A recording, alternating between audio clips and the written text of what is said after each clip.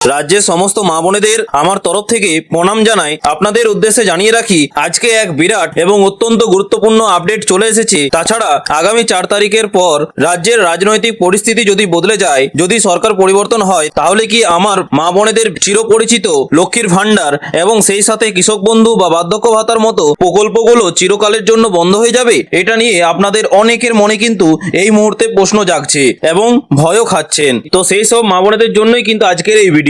তাছাড়া এই ভিডিওটি রাজ্যের প্রত্যেকটি সাধারণ মানুষ এবং বিশেষভাবে আমার সমস্ত মা বোনেদের জন্য অত্যন্ত গুরুত্বপূর্ণ। আপনারা অনেকেই ভয়ে আছেন এবং অনেকেই কমেন্ট করে বারবার জানতে চাইছেন যে যদি 4 তারিখে নতুন সরকার আসে, তাহলে কি আমরা যারা নতুন আবেদন করেছি তারা আর কি কোনোদিন টাকা পাবো না? মানে আমি কি টাকা পাবো এই লক্ষ্মীর ভান্ডার টাকা, নাকি আমি যেহেতু নতুন আবেদনকারী তাহলে আমি কি একটাও কিস্তিও পাবো না? তো সেই সব মা বোনেদের উদ্দেশ্যে তো সেটা তো জানাবোই। তার আগে আরো প্রশ্ন আছে যে নাকি এই লক্ষ্মীর ভান্ডারের বদলে অন্নপূর্ণা ভান্ডার বা অন্য কোনো নতুন নামের প্রকল্প আসবে, সেটাও কিন্তু আজকের এই ভিডিওতে আমরা সম্পূর্ণ তথ্য দিয়ে বিশ্লেষণ করব। চলুন শুরু করা যাক। সো আজকের এই ভিডিওতে আমার মা বোনেদের এবং আপনাদের সকলের এই সমস্ত ভয় আর সংশয় দূর করে দেব। সামান্য কিছু পরিবর্তন হলেও আপনাদের চিন্তার কোনো কারণ নেই, ঠিক আছে? সেই বিষয়ে বিস্তারিত আলোচনা করব। এর পাশাপাশি যে মাসের 1 তারিখ থেকে রাজ্যে 7টি বড় প্রকল্পে সরাসরি আপনাদের ব্যাংক অ্যাকাউন্টে টাকা ঢোকা শুরু হচ্ছে, ঠিক আছে? হ্যাঁ, ঠিকই শুনেছেন। সেটা হচ্ছে কাদের অ্যাকাউন্টে ডবল টাকা ঢুকবে আর কারা এবার বাদ পড়বেন, আর সবকিছুর লাইভ প্রমাণ কিন্তু আজ আপনাদের দেখাবো। তাই একটু স্কিপ না করে ভিডিওটি একদম শেষ পর্যন্ত দেখতে থাকুন, না হলে কিন্তু অনেক গুরুত্বপূর্ণ তথ্য মিস করে যাবেন। তার আগে আপনারা যদি এই চ্যানেলে নতুন হয়ে থাকেন তো অবশ্যই কিন্তু চ্যানেলটিকে সাবস্ক্রাইব করে পাশের বেল আইকনটি প্রেস করে রাখবেন, যাতে পরবর্তীতে কোনো আপডেট মিস যাতে না হয়। চলুন শুরু করা যাক। প্রথমে আসি যে ভিডিও শুরুতেই যে বিষয়টা নিয়ে আমরা মা বোনেরা সবচেয়ে বেশি চিন্তিত, সেটা পরিষ্কার করে দিই। সেটা হচ্ছে 4 তারিখের পর যদি ক্ষমতায় হাত বদল হয়, তাহলে কি ভাতা বন্ধ হয়ে যাবে? দেখুন, প্রশাসনিক নিয়ম অনুযায়ী সাধারণ মানুষের কল্যাণের জন্য তৈরি কোনো সরকারি প্রকল্প হুট করে রাতারাতি বন্ধ করে দেওয়া যায় না, ঠিক আছে? আর তাছাড়া যদিও বা সরকার পরিবর্তন হয়, তবে হয়তো প্রকল্পের নাম পরিবর্তন হতে পারে। যেমন লক্ষ্মীর ভান্ডারের জায়গায় হয়তো অন্নপূর্ণা ভান্ডার বা অন্য কোনো নাম আসতে পারে, কিংবা টাকার পরিমাণ বদলাতে পারে। কিন্তু যারা প্রকৃত উপভোক্তা, যারা এতদিন ধরে টাকা পাচ্ছেন, তাদের সাহায্য পাওয়া পুরোপুরি বন্ধ হওয়ার সম্ভাবনা কিন্তু খুবই কম।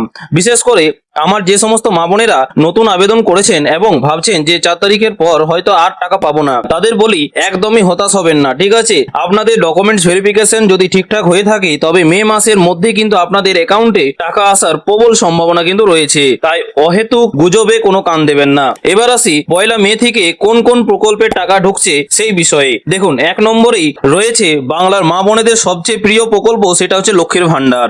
আমাদের মাননীয় মুখ্যমন্ত্রী মমতা বন্দ্যোপাধ্যায়ের নির্দেশেই কিন্তু এই প্রকল্প কিন্তু চালু হয়েছে, আপনারাও সেটা জানেন, ঠিক আছে? আপনারা জানেন জেনারেল ক্যাটাগরিতে আপনারা জানেন 1500 টাকা এবং SC ST ক্যাটাগরি থেকে কিন্তু 1700 টাকা কিন্তু আপনারা পান। তাছাড়া আপনারা এই মুহূর্তে স্ক্রিনে বেশ কয়েকটি স্ক্রিনশট দেখতেই পাচ্ছেন যে হ্যাঁ, ইতিমধ্যেই অনেক জেলায় ট্রেজারি থেকে মেসেজ আসা শুরু হয়েছে। বিশেষ করে হুগলি, মুর্শিদাবাদ, তারপর বাঁকুড়া এবং পূর্ব বর্ধমান জেলার অনেক মা বোনেদের অ্যাকাউন্টে টাকা প্রসেসিং এ শুরু হয়ে গেছে। যারা নতুন আবেদন করেছিলেন এবং এতদিন টাকা পাননি, তাদের জন্য এবার কিন্তু বিগ পেমেন্ট আসতে পারে। 1 মে থেকে 4 থেকে 5 তারিখের মধ্যে কিন্তু সমস্ত উপভোক্তার ব্যাংক অ্যাকাউন্টে টাকা ঢুকে যাওয়ার একটা প্রবল সম্ভাবনা কিন্তু রয়েছে বা ঢুকে যাবে। এবার চলে আসি সেই তৃতীয় আপডেটে, সেটা যুবশ্রী প্রকল্প। দেখুন, 2 নম্বর আপডেটটি হলো রাজ্যে শিক্ষিত বেকার যুবক যুবতীদের জন্য মে মাস থেকে যুবশ্রী স্কিমের নতুন কিস্তির 1500 টাকা ছাড়া শুরু হচ্ছে। সবচেয়ে বড় খুশির খবর হলো যে যাদের নাম এতদিন ওয়েটিং লিস্টে ছিল, এবার তাদের অনেকের নাম কিন্তু মেইন লিস্টে যুক্ত করা হয়েছে। এখনই আপনাদের অ্যাপ্লিকেশন আইডি দিয়ে স্ট্যাটাস চেক করে নিন যে যারা পুরনো উপভোক্তা, তাদের অ্যাকাউন্টে মে মাসের 1 থেকে 10 তারিখের মধ্যে কিন্তু টাকা ঢুকে যাবে। আর যাদের অ্যাপ্লিকেশনের সমস্যা ছিল বা রিজেক্ট হয়েছিল, ভোটের পর কিন্তু বিডিও বা SDO অফিস থেকে কিন্তু আপনাদের ডাকা হতে পারে ডকুমেন্টস ভেরিফিকেশনের জন্য কিন্তু, ঠিক আছে? অবশ্যই কিন্তু আপনাদের প্রস্তুত থাকতে হবে ওখানে। এবার চলে আসি চতুর্থ আপডেটে, যেটা হচ্ছে কৃষক বন্ধু, ঠিক আছে? 3 নম্বর আপডেটে আমাদের অন্নদাতাদের জন্য কৃষক বন্ধু প্রকল্প। সেটা হচ্ছে খরিফ মরশুমে টাকা ছাড়ার প্রক্রিয়া ইতিমধ্যে শুরু হয়েছে। রাজ্য সরকারের তরফ থেকে কৃষকদের জন্য এবার অনুদান বাড়ানো হয়েছে। 1 একরের বেশি জমি থাকলে আগে যেখানে 5000 টাকা পেতেন, সেখানে কিন্তু এবার 7000 টাকা থেকে 2 কিস্তিতে করে 14000 টাকা করে কিন্তু পাবেন। টাকা পাওয়ার সম্ভাবনা কিন্তু তৈরি হয়েছে।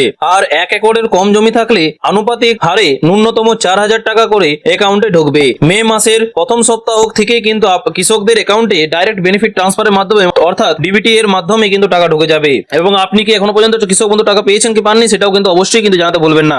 আর ক্ষেত মজুরের টাকা যেসব মা বোনেরা অ্যাপ্লাই করেছিলেন, আপনারা কি পেয়েছেন নাকি পাননি পাননি অবশ্যই কমেন্টে জানাবেন যারা নতুন আবেদনকারী। আর 4 নম্বর পয়েন্টটা হচ্ছে আপডেটে যেটা ফিরে আসা যাক, সেটা হচ্ছে বাংলার শস্য বীমা। দেখুন, প্রাকৃতিক দুর্যোগে যে সমস্ত কৃষকের ফসলের ক্ষতি হয়েছে, এমন 2,35,000-এরও কিন্তু বেশি কৃষকের জন্য 93 কোটি টাকা আর্থিক সহায়তা বরাদ্দ করা হয়েছে। আগে ট্রেজারি থেকে জেলার মাধ্যমে টাকা পাঠানো হতো, কিন্তু এবার একটি বড় পরিবর্তন এসেছে। সেটা হচ্ছে এবার সরাসরি নবান্ন থেকে ডিবিটি এর মাধ্যমে, মানে ডাইরেক্ট বেনিফিট ট্রান্সফারের মাধ্যমে, অর্থাৎ আপনাদের আধার কার্ডের নাম্বারের ভিত্তিতে কিন্তু ডাইরেক্ট ব্যাংক অ্যাকাউন্টে কিন্তু টাকা ঢুকে যাবে, কোনো মিডলম্যান বা ভায়া হয়ে টাকা আসবে না। ঠিক আছে, এবার চলে আসে ষষ্ঠ আপডেটে, সেটা হচ্ছে সমাজ কল্যাণ ভাতা বা পেনশন। দেখুন, 5 নম্বর আপডেটটি বয়স্ক এবং বিশেষভাবে সক্ষম মানুষদের জন্য সমাজ কল্যাণ দপ্তরের তরফ থেকে বৃদ্ধ ভাতা, বিধবা ভাতা এবং প্রতিবন্ধী ভাতার বকেয়া টাকা কিন্তু ক্লিয়ার করার কড়া নির্দেশ দেওয়া হয়েছে। যারা নতুনভাবে আবেদন করেছিলেন এবং যারা পুরনো উপভোক্তা, উভয়েরই কিন্তু ব্যাংক অ্যাকাউন্টে 1 মে থেকে 10 মে এর মধ্যে ভাতার টাকা ঢুকে যাবে। প্রশাসন থেকে ইতিমধ্যে ফান্ড রিলিজের প্রক্রিয়া শুরু হয়ে গেছে, তাই চিন্তার কোনো কারণ নেই। ঠিক আছে,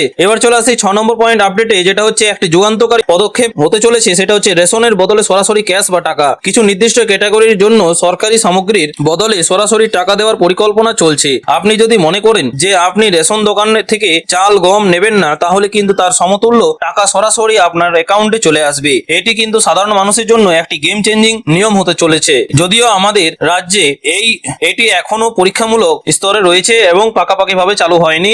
অনেক জেলায় কিন্তু চালু হয়েছে, অনেক জেলায় আবার চালু হয়নি। এবার 7 নম্বর এবং শেষ আপডেটটি হলো যে আবাস যোজনা বা গ্রামীণ আবাস প্রকল্প নিয়ে। দেখুন, বাড়ি তৈরির টাকা কবে ঢুকবে এই নিয়ে আপনাদের প্রচুর প্রশ্ন ছিল। ঠিক আছে, মে মাস থেকে রাজ্য সরকারের নিজস্ব ফান্ডিং সিস্টেমে বাড়ি তৈরির প্রথম কিস্তির টাকা ছাড়া সবুজ সংকেত মিলছে। যাদের ভেরিফিকেশন সম্পন্ন হয়েছে এবং লিস্টে নাম রয়েছে, তাদের অ্যাকাউন্টে মে মাসে কিন্তু টাকা ঢুকতে চলেছে। ঠিক আছে, আমি আপনাদের অনুরোধ করব যে আপনারা একবার নিজেদের এলাকার বিডিও অফিসে গিয়ে আবাস যোজনার ফাইনাল লিস্টে আপনাদের নাম আছে কিনা সেটা চেক করে আসুন। ঠিক আছে, নাম থাকলে মে মাসে কিন্তু নিশ্চিত থাকতে পারেন যে আপনি টাকা পাবেন। ঠিক আছে, তো দর্শকবৃন্দ, এই ছিল মে মাসের শুরুতেই কিন্তু রাজ্য সরকারের তরফ থেকে দেওয়া 7টি বড় প্রকল্পে যুগান্তকারী আপডেট। আবারও বলছি, 4 তারিখের রেজাল্ট বা সরকার গঠনের নিয়ম, আমার মা বোনেরা অযথা কিন্তু প্যানিক করবেন না। সরকারি সুবিধা কিন্তু সাধারণ মানুষের জন্যই কিন্তু তৈরি। ঠিক আছে, তাই তো বন্ধ হয়ে যাওয়ার কোনো ভয় নেই। ঠিক আছে, তো বন্ধুরা, এই ছিল আজকের আপডেট। আশা করছি আপনাদের এই আপডেটটি অবশ্যই ভালো লেগেছে। ঠিক আছে, ভালো লাগলে অবশ্যই কিন্তু আপনাদের সহকর্মীদেরকে অবশ্যই শেয়ার করবেন, যাতে ওনারাও এই ইনফরমেশনটা পেয়ে উপকৃত হয়। ঠিক আছে, আজকে এই পর্যন্তই, দেখা হচ্ছে পরের ভিডিওতে নতুন কোনো আপডেট নিয়ে। থ্যাংক ইউ, পাশে থাকবেন, সুস্থ থাকবেন এবং চ্যানেলে নতুন হয়ে থাকলে অবশ্যই কিন্তু চ্যানেলটিকে সাবস্ক্রাইব করে পাশের বেল আইকনটি প্রেস করে রাখবেন, যাতে কোনো আপডেট মিস যাতে না হয়।